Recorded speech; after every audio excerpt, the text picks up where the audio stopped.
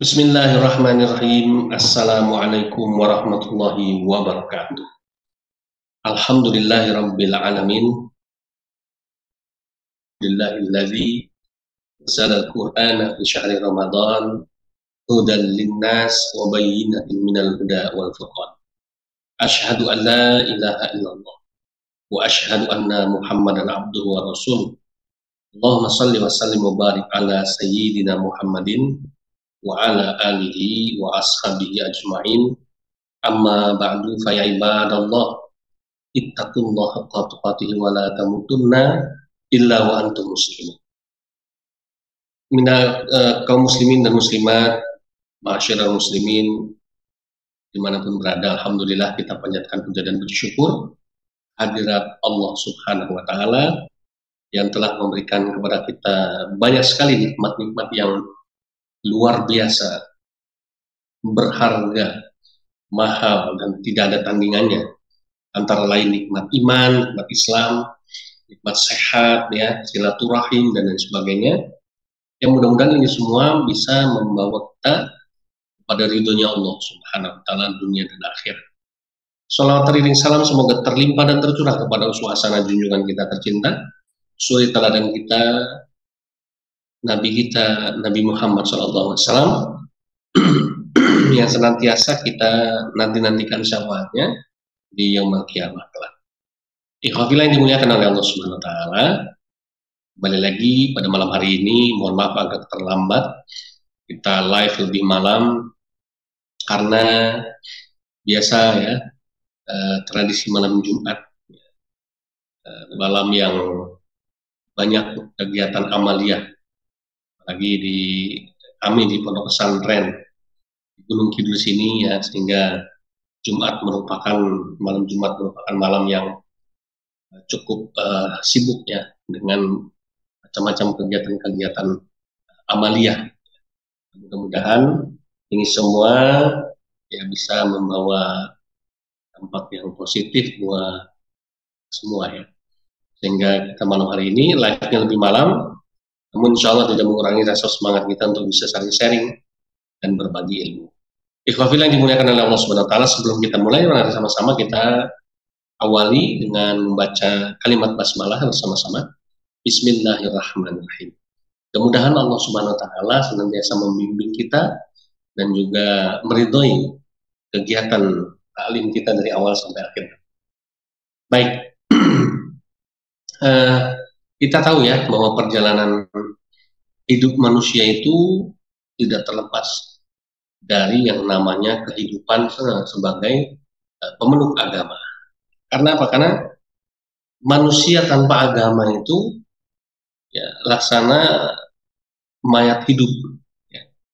Jadi kalau bahasa orang Arabnya itu dikatakan orang-orang yang manusia yang hidup tanpa agama itu adalah manusia yang la yamutu wa la yahya.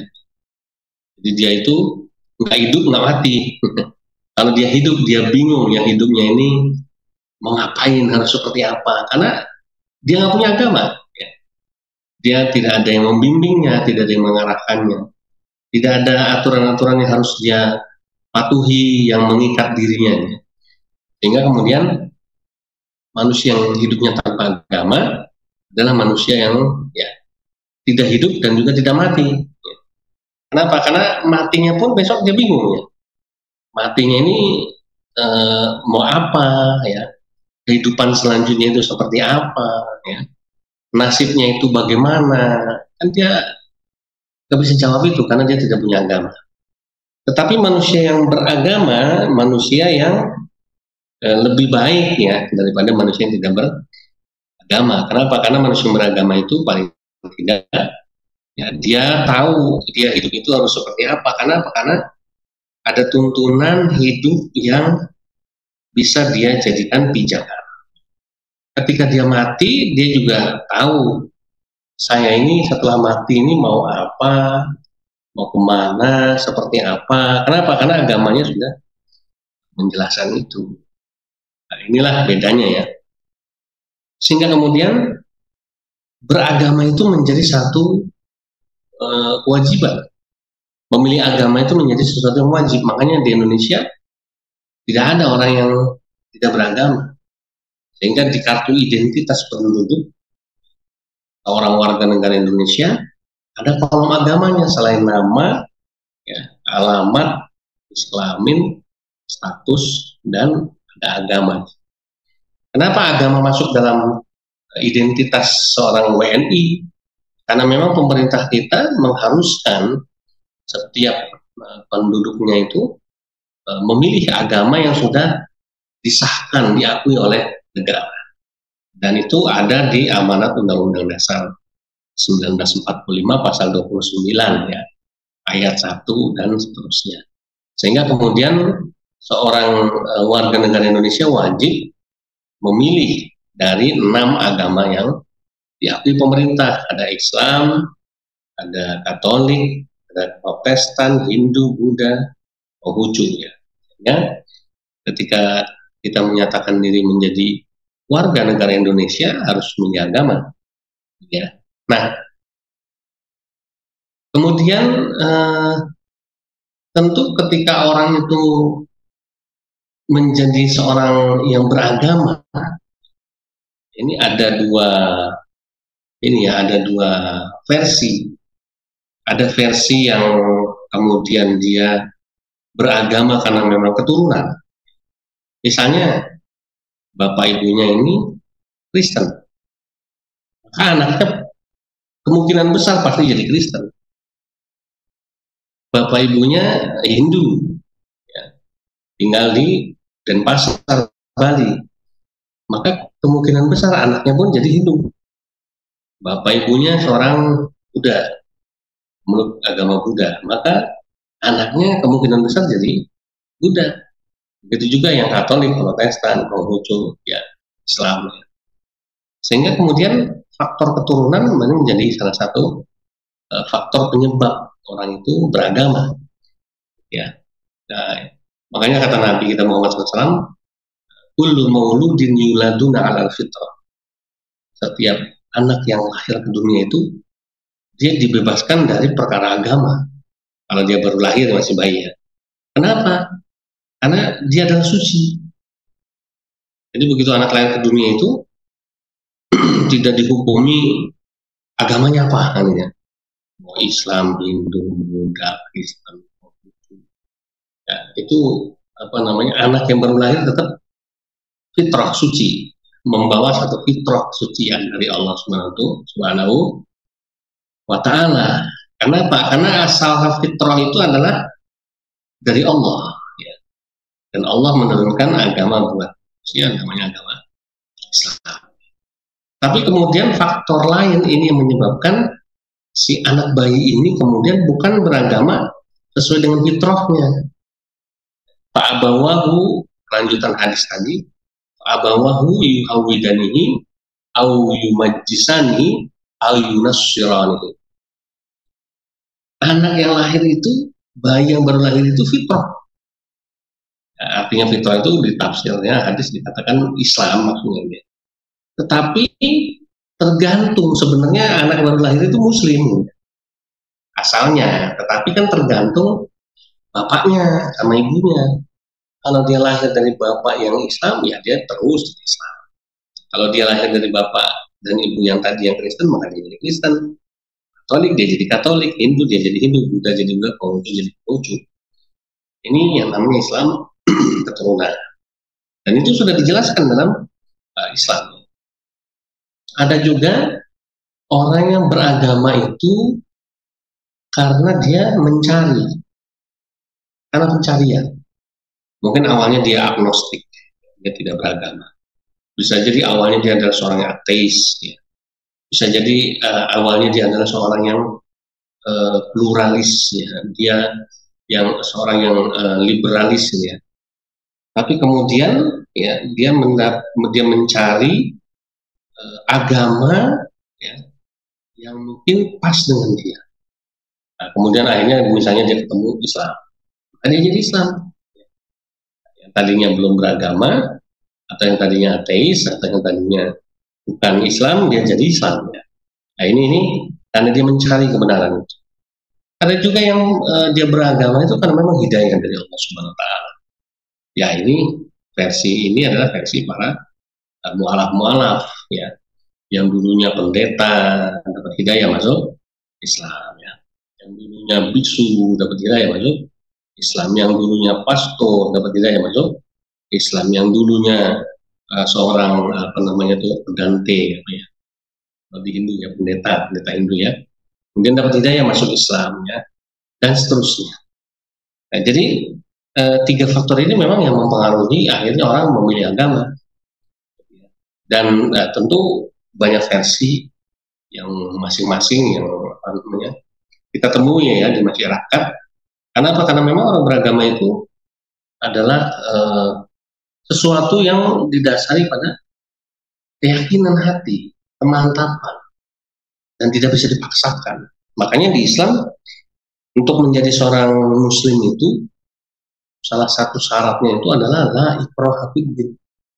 Tidak boleh terpaksa. Jadi kalau ada mu'alaf masuk Islam, sebelum disyahadatkan, sebelum diresmikan, dia masuk Islam, pasti ditanya dulu sama pembimbing yang mensyahadatkannya.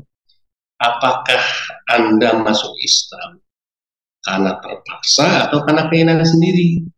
Karena ada yang mempengaruhi, ada yang memaksa, ada yang mengancam misalnya, ada yang mengintimidasi, ada yang mengiming-imingi, atau betul-betul karena keinginan hati, kemantapan hati. Itu ditanya.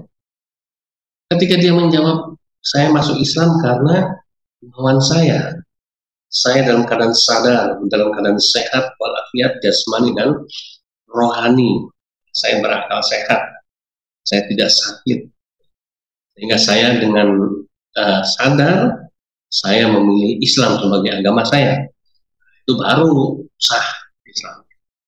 Jadi karena apa? Karena tidak melalui satu keterpaksaan, tapi ini keikhlasan hati. Ya, karena memang dalam Islam nggak boleh, tadi ada ayat itu, ayat Al-Quran yang berbunyi la ikraha fiddin, bukan hadis. Ya, jadi tidak boleh orang jadi Islam itu karena terpaksa, dipaksa, karena kita memaksakan kehendak kita, karena kita mengancam, mengintimidasi, mengiming-iming, nggak boleh. Biarkan dia masuk Islam itu betul-betul karena keinginan dia. Ya, nah, karena hidayah dari Allah Subhanahu wa Ta'ala tadi.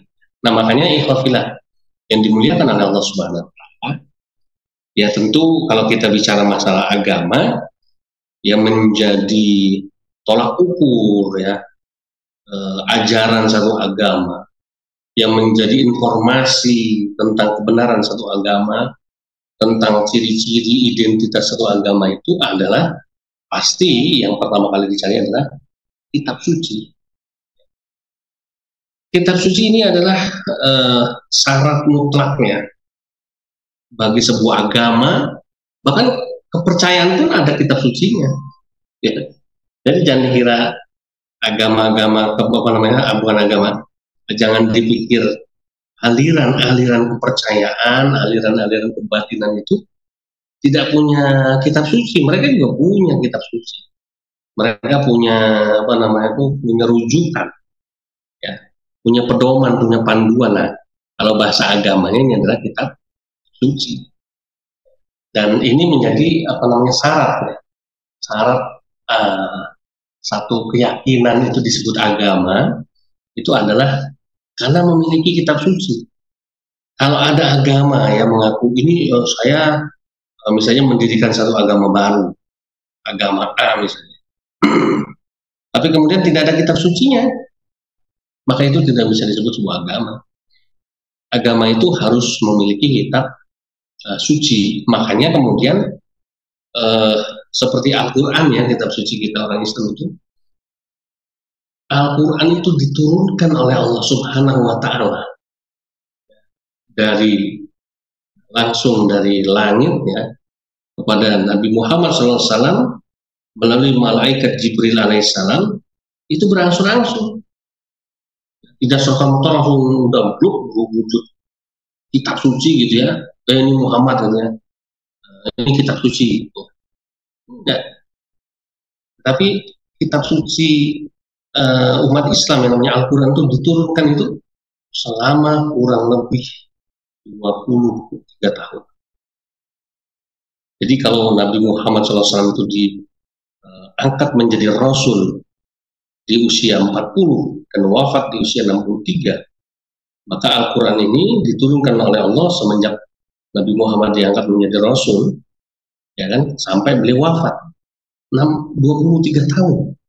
Ya, perjalanan sempurnanya Al-Quran disampaikan oleh Allah Subhanahu Wa Taala kepada Nabi Muhammad SAW. Kenapa selama itu, gitu ya? Kenapa butuh waktu kok lama? Karena kitab suci itu tidak bisa diturunkan ya tiba-tiba dari langit, kemudian langsung diamalkan oleh pemeluk. Agama syaratnya adalah harus ada kitab suci. Adanya kitab suci ya harus ada orang yang membawa kitab suci ini. Jadi yang disebut dengan utusan Allah, utusan Tuhan. Jadi Tuhan itu harus mengutus utusannya, ya kan, yang berwujud manusia, karena agama ini dan kitab suci ini diturunkan untuk manusia, ya kan? Sehingga kemudian berwujud manusia. Kenapa manusia?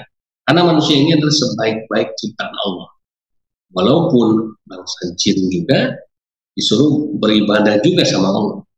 Tetapi kenapa utusan Allah itu, Rasulullah itu, atau Rasulullah itu bukan dari kalangan bangsa jin?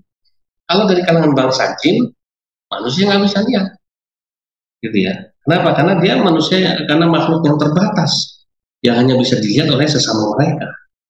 Sementara manusia ya, adalah makhluk yang sempurna. Ya, jin bisa melihat manusia, ya, tapi manusia tidak bisa melihat jin. Walaupun ada manusia yang diberikan kelebihan tertentu oleh Allah Subhanahu Wa Taala untuk bisa melihat yang gaib.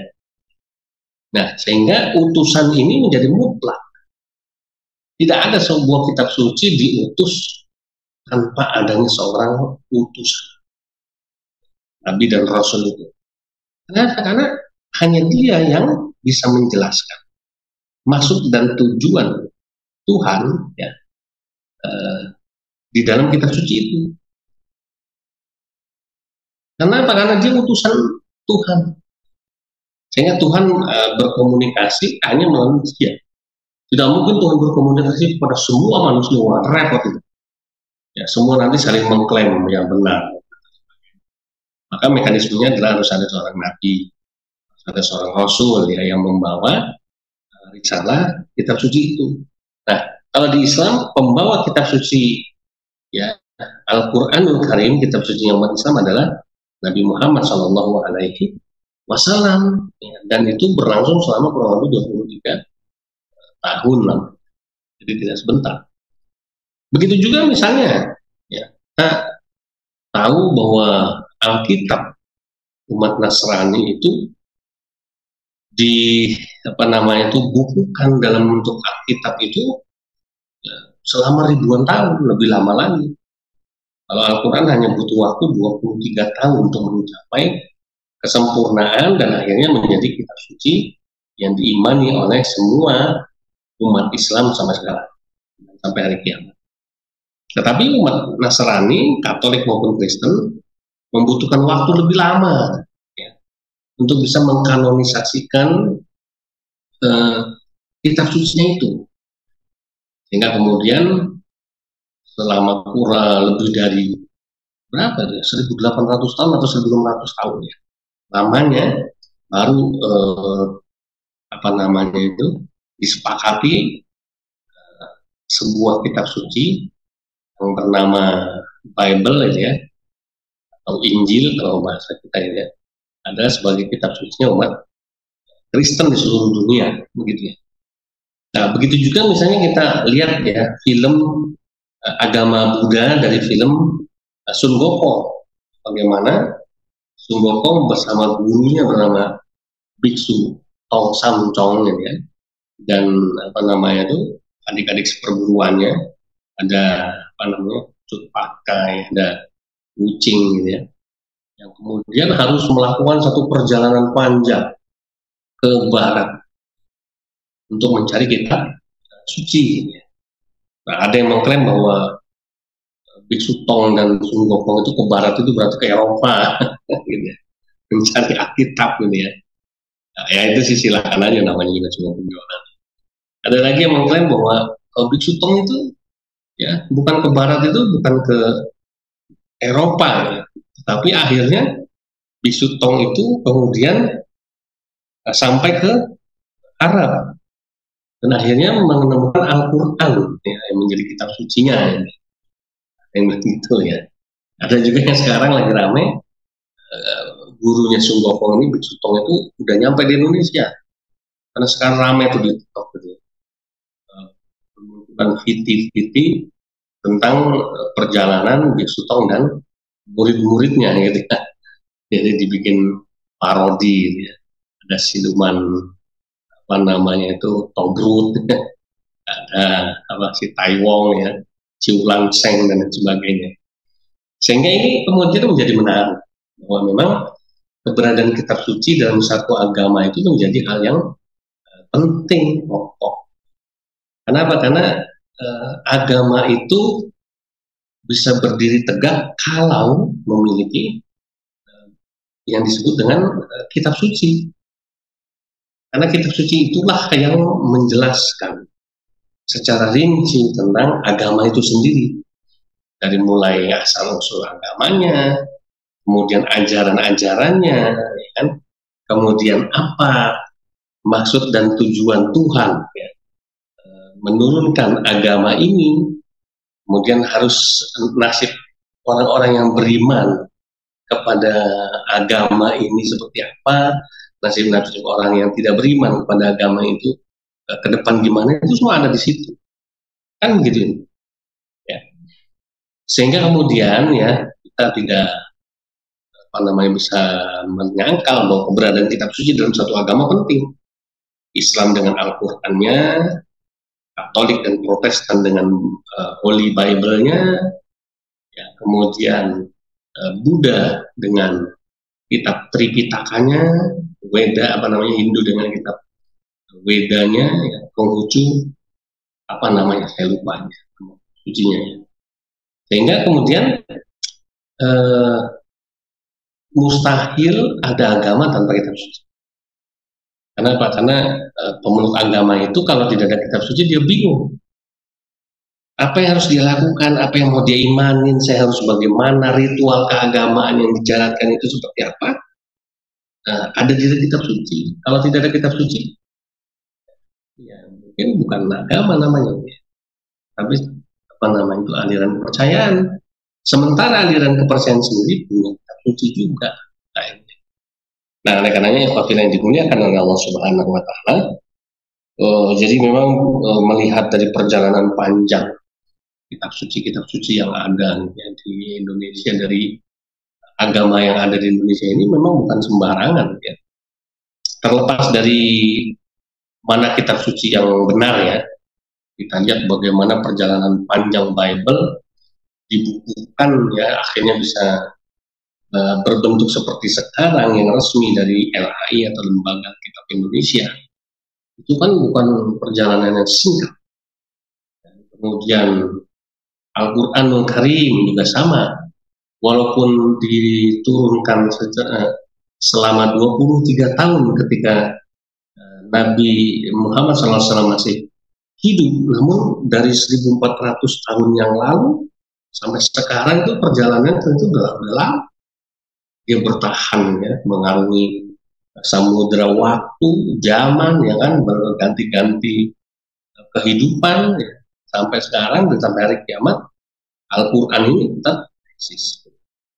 Begitu juga mungkin dengan kitab sucinya orang Buddha ya, digambarkan bahwa yang namanya Biksu Tong itu perjalanan ke barat mencari kitab suci itu bukan sembarangan perjalanan. Ini perjalanan suci, perjalanan yang luar biasa penuh dengan rintangan, halangan. Ya, bahkan Dewi Kuan Yin itu sudah mengingatkan Biksu Tong dan murid-muridnya bahwa mereka tidak akan sanggup, mereka tidak akan kuat, ya. Mereka tidak akan mampu menyelesaikan misi suci perjalanan mencari kitab suci. Tapi kan yang terjadi justru mereka sukses berhasil untuk menemukan kitab suci, ya, kitab suci mereka gitu ya, sehingga kemudian eh, itulah yang menjadikan kitab suci itu eksis mengarungi samudera waktu tadi, ya. Nah makanya eh, kita sebagai seorang muslim tentu tidak bisa kita mengabaikan kitab suci kita begitu saja. Makanya saya sedih kadang kalau mencari orang Islam yang sholat itu masih lebih banyak. Kenapa? Sholat itu kan dihukumi wajib. Jadi orang Islam itu wajib sholat. Kalau tidak mau sholat, maka dia bukan Islam, kan begitu. Karena as-sholatu imanuddin. Sholat itu tiangnya agama. Faman aqamaha faqad aqamaddin wa man tarakaha faqad hadamaddin. Siapa yang menjalankan sholat, melakukan sholat, dia sudah menegakkan agama. Tapi barang siapa yang meninggalkan sholat, dia sudah menghancurkan agamanya. Gak main-main. Makanya di orang Islam yang sholat masih banyak. Tapi, nah ini yang sedikit. Mencari orang Islam yang rutin istiqomah, membaca kitab sucinya setiap hari. Nah, ini yang jumlahnya mulai merosot. Misalnya ya, yang mencari orang yang sholat, ya masih 90% lah, kita anggap. Orang Islam saat ini 90%-nya masih mendirikan sholat. Sholat, terlepas sholatnya ini model apa, bagaimana, kita nggak usah debat. Yang penting sholat, pokoknya mau sholat sendiri, mau sholat berjamaah, mau sholatnya khusyuk atau enggak, itu bukan urusan kita. Pokoknya yang penting muslim sholat, ya mungkin masih 90%, gampang nyari. Ya. Tetapi kalau nyari orang Islam dari 90% yang sholat itu, yang rutin membaca Al-Quran setiap hari, nah ini yang kemudian menurun tajam. Mungkin bisa jadi hanya 30%-nya saja dari 90% yang sholat tadi, yang kemudian dia rutin membaca Al-Quran setiap hari. Padahal orang Islam itu memang tidak diwajibkan baca Quran juga. Ya, tidak ada perintah wajib juga, tidak ada perintah sunnah juga. Tetapi kalau kita, ya begini loh, kalau kita ini menjadi seorang muslim karena kita ini cinta, karena kita ini bangga, bukan karena ketaatan ya. Kalau orang taat itu, ya dia menjalankan perintah itu cuma ya, karena dia taat, dia takut kalau nggak sholat nanti dianggap orang yang menghancurkan agama. Tapi kalau orang yang beragama itu karena rasa bangga, rasa cinta, maka persoalan yang wajib, sunnah, mubah, makruh ini sudah tidak ada di pikiran dia. Yang ada di pikiran dia adalah ketika dia sholat, ini bukan karena saya harus taat, tapi karena saya sadar bahwa saya ini muslim, saya sangat cinta kepada Allah, maka saya sholat. Saya ini muslim, saya bangga menjadi muslim, ya, karena rasa cinta saya kepada Allah, cinta saya kepada Islam, maka saya mendirikan sholat. Jadi bukan karena taat, tapi sudah rasa cinta. Begitu juga dia dengan Al-Quran, kitab sucinya. Ketika baca Quran itu memang tidak menjadi wajib seperti sholat, fardu ain, kalau sholat itu kan, ketika baca Quran itu tidak lagi menjadi misalnya sunnah muakkadah, sunnah yang mendekati wajib. Bukan itu persoalannya. Bagi orang yang jadi Islam itu karena kebanggaan, karena kecintaan dia kepada agama Islam ini, maka dia tiap harinya pasti gemar membaca Al-Quran, mentadaburi Al-Quran, mempelajari, memahami, bahkan dia berusaha untuk mengamalkan isi kandungan Al-Quran itu dalam hidup dia. Dia bukan cuma sekedar membaca, Dia bukan cuma sekadar belajar memahami, dia bukan cuma sekadar belajar menghafal ayat itu, tapi dia lebih indah lagi, dia pasti akan berusaha untuk mengamalkannya. Jadi begini, kalau kita melihat orang Islam rajin baca Al-Quran, setiap hari selalu membaca Al-Quran, dia sempatkan waktu untuk membaca. Kemanapun dia pergi, Al-Quran itu tidak pernah lepas dari dari dirinya. HP-nya ya pasti ada instalan aplikasi Al-Quran Kronik. Dan kalau dilihat dari historinya, lebih banyak dia membuka Al-Quran ketimbang membuka aplikasi yang lain seperti TikTok kah, Snack Video kah, Facebook kah, dan YouTube dan sebagainya. Kalau kemudian Al-Quran yang lebih sering dia buka aplikasi ini, berarti dia adalah seorang Muslim yang betul-betul cinta dan bangga pada agama. Kenapa? Yang tidak diwajibkan saja, yang tidak disunahkan saja, dan dia jalankan. Menjadi wajib Al-Quran itu menjadi wajib dia baca, bukan sunnah lagi. Menjadi wajib dia baca, menjadi satu kecintaan dan kebanggaan dalam dirinya kalau dia bergumul dengan Al-Quran. Maka udah pasti orangnya pasti sholat, nggak mungkin orang yang cinta pada Al-Quran. Tiap hari dia membaca Al-Quran, dia menghafal isi Al-Quran, kemudian dia tidak mendirikan sholat, mustahil. Tetapi manakala kalau kita lihat ada orang rajin sholat, masjid, berjamaah, belum tentu orang ini rajin baca Al-Quran, gitu ya. Belum tentu dia setiap hari baca Al-Quran. Kenapa? Karena beda. Sholat itu dihukumi fardu ain, wajib banget nih. Sementara Al-Quran itu tidak diwajibkan untuk dibaca setiap hari, harus sekian kali seperti sholat itu 5 waktu. Tetapi kalau ada orang Islam yang masih menyempatkan waktu untuk bergaul dengan Al-Quran, masih rutin menjaga rutinitasnya membaca Al-Quran, maka bisa dipastikan orang ini bukan orang yang sekedar taat pada agama, tetapi dia sudah cinta dan bangga pada agamanya. Bismillah. Alhamdulillah.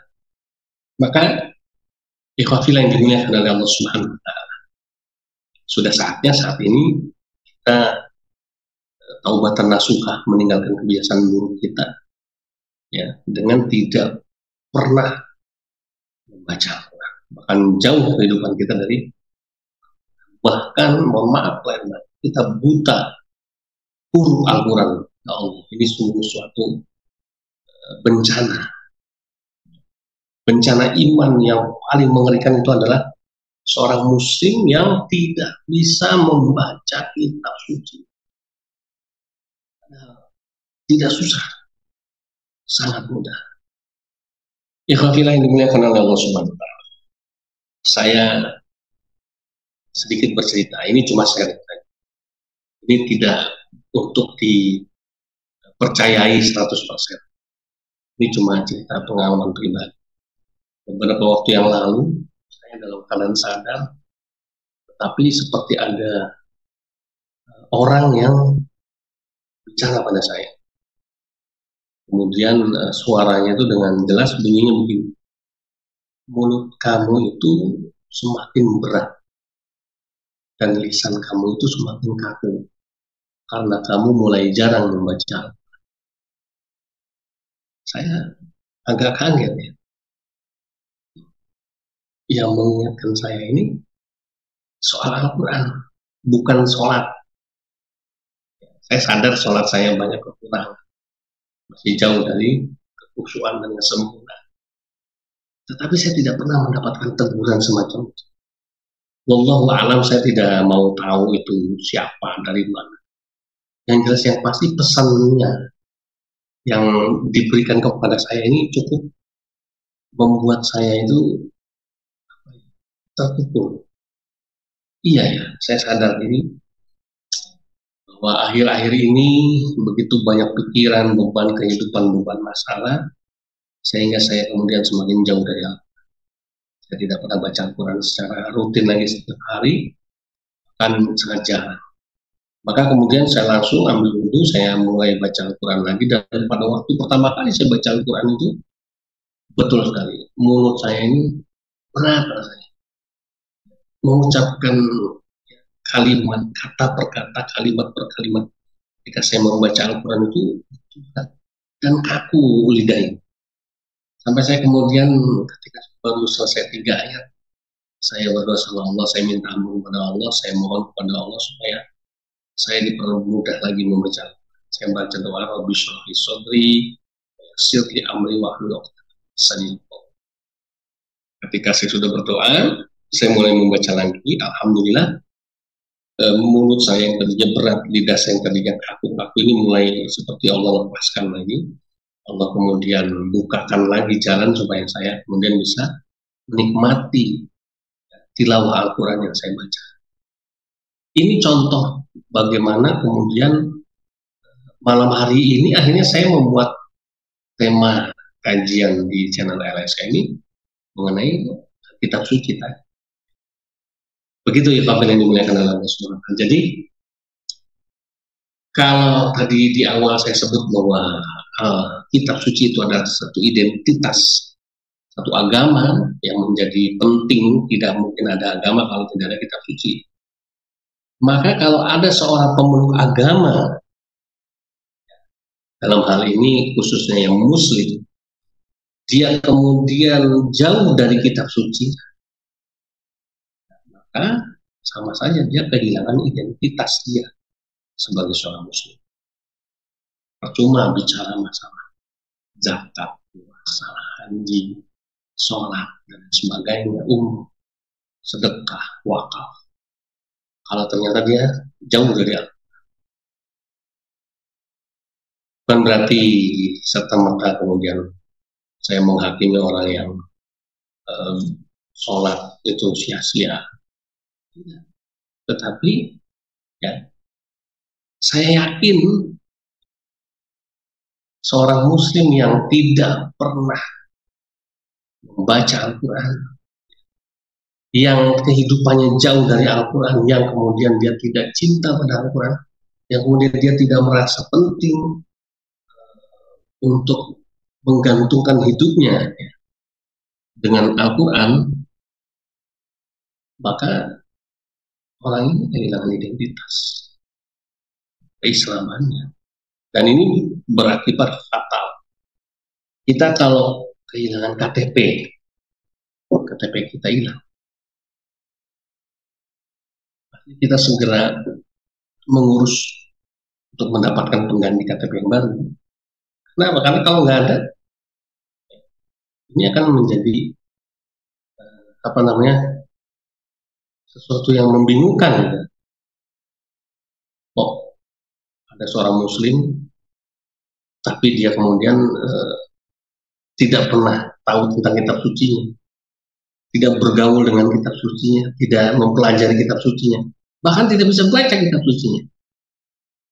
Itulah sebabnya makanya saya pernah galak beberapa tahun belakang, beberapa tahun lalu, beberapa kali saya diundang memberikan tausiah di forum pembinaan mu'alaf itu kepada para mu'alaf itu. Saya sering bilang begini, kalau ada mu'alaf jadi Islam setahun belum bisa baca Al-Quran, wajar.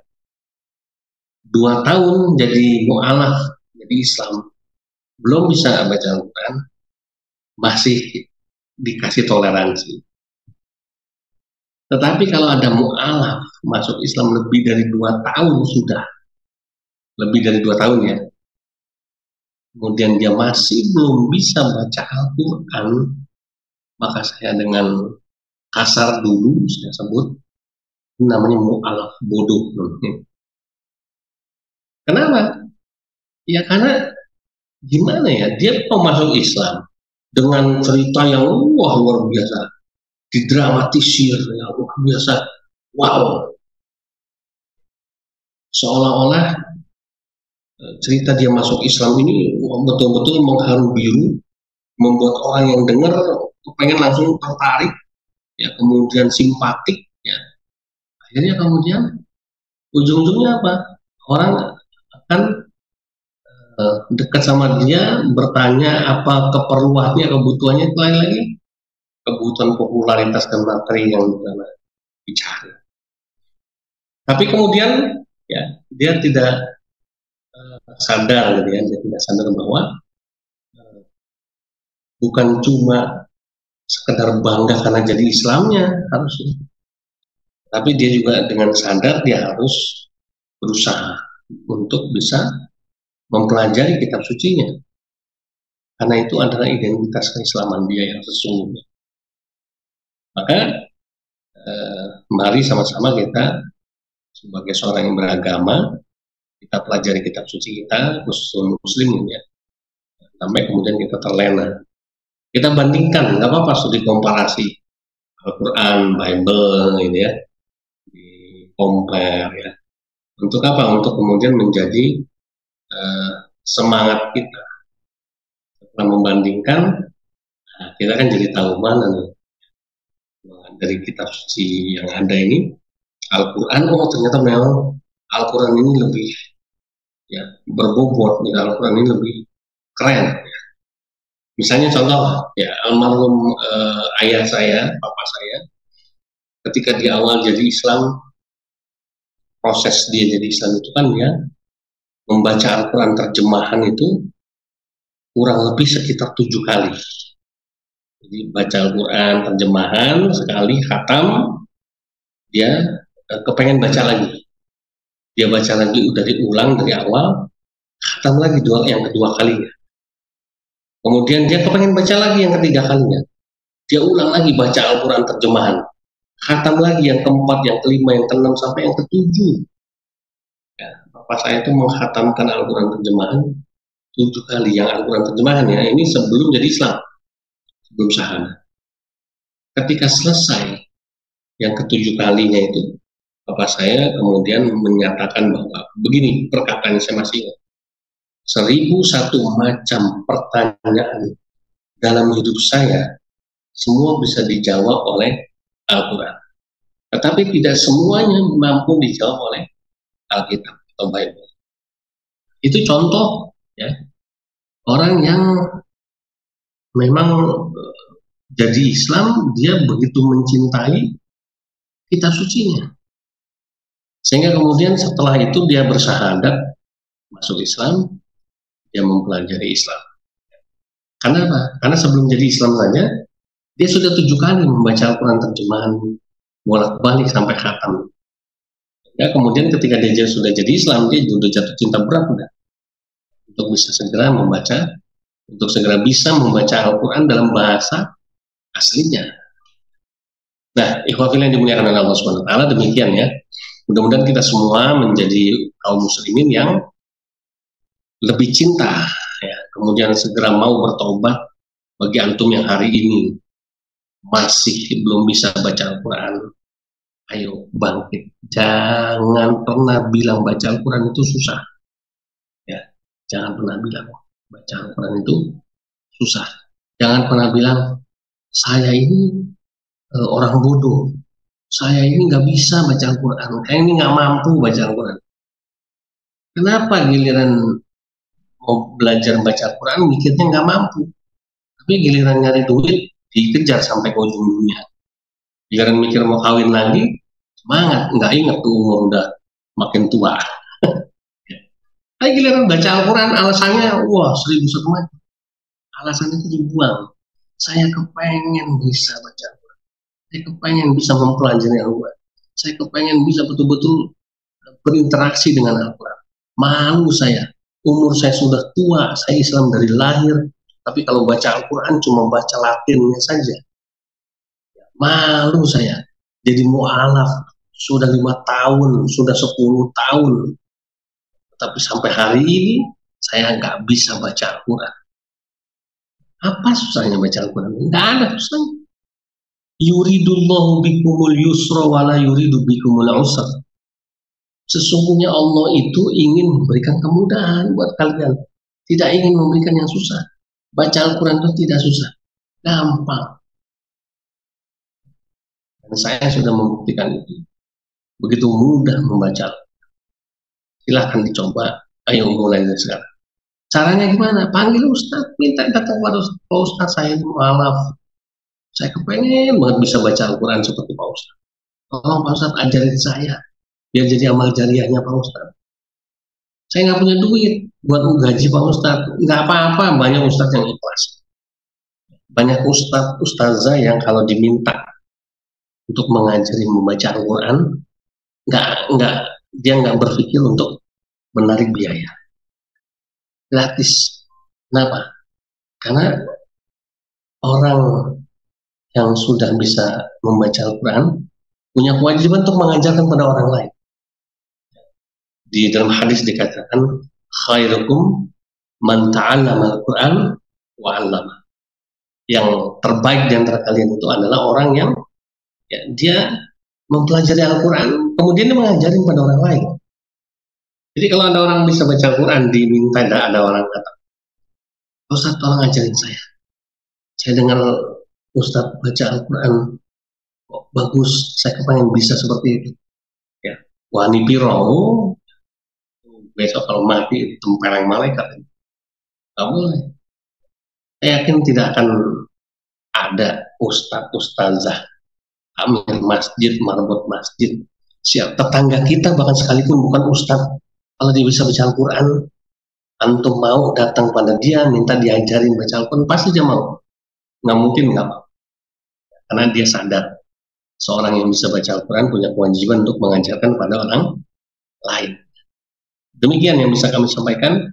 Mudah-mudahan kita semua mendapatkan berkah dari Al-Quran, kitab suci kita yang senantiasa kita cintai, kita bela dan jaga dengan sepenuh hati sampai ke mati.